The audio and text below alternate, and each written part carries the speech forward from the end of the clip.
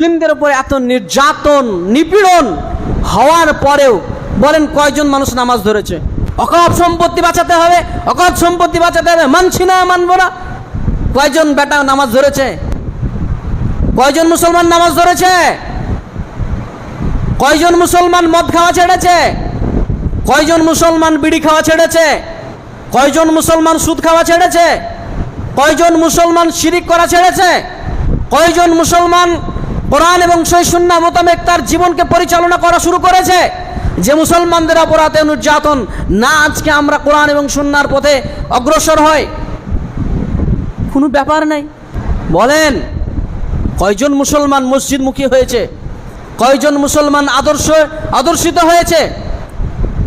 যে মুসলমানদেরকে দেখলে চোখ ঠান্ডা হয়ে যেত, যাদেরকে দেখলেই অন্তর প্রশস্ত করতে ইচ্ছে করত, যাদেরকে দেখলে রাস্তা ছেড়ে দেওয়ার ইচ্ছে করত, যাদের আদর্শে পৃথিবী আলোকিত হয়েছে, বলেন এরকম মুসলমান কয়জন আছে?